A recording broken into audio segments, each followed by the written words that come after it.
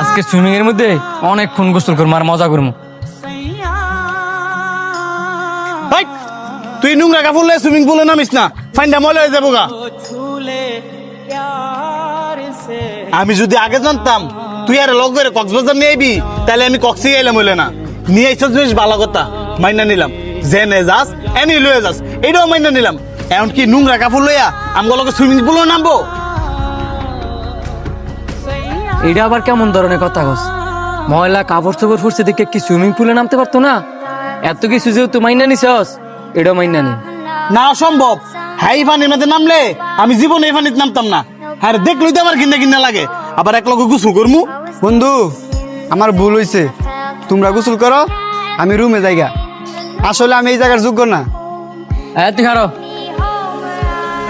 দেখছানি, তুই আজকে কটা টেয়ার অহংকারে অন্ধ হয়ে গেছিস গা। তুই সুইমিং পুলের গভীরতা মাপতে পারবি, কিন্তু তুই যে তার মনে কষ্ট দিছস, ওই কষ্টের গভীরতা কিন্তু মাপতে পারবি না। আমি কোনো কিছু ভুল বলি নাই, যার যোগ্যতা যেন সে সেই জায়গায় থাকবো। কিসের যোগ্যতা?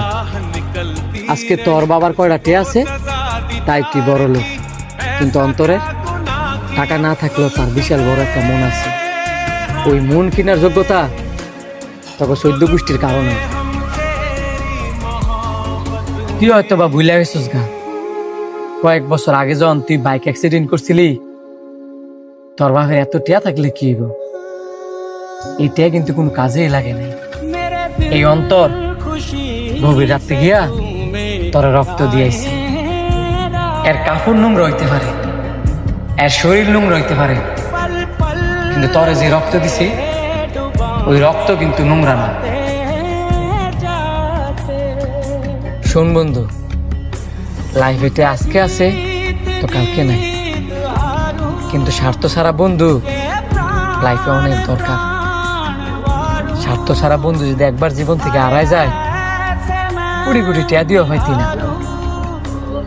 তুই সুইমিং করলে করবি, না করলে নেই।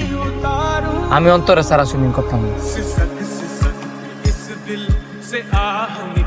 আসলে বন্ধু, আমি টিয়ার অহংকারে অন্ধ হয়ে গেছিলাম গা। তুই আমার কথা কিছু মনে করিস না। তুই যদি ওই দিন আমার রক্ত দিয়া না বাঁচাইতি, হয়তো আজকে আমি পৃথিবীতে বাচ্চা থাকতাম না। এই বুকা, তুই এইসব কি কস? আমি তো মাত্র একটা উজিল্লা, বাসানি মালিক তো আল্লাহ। হায় আমরা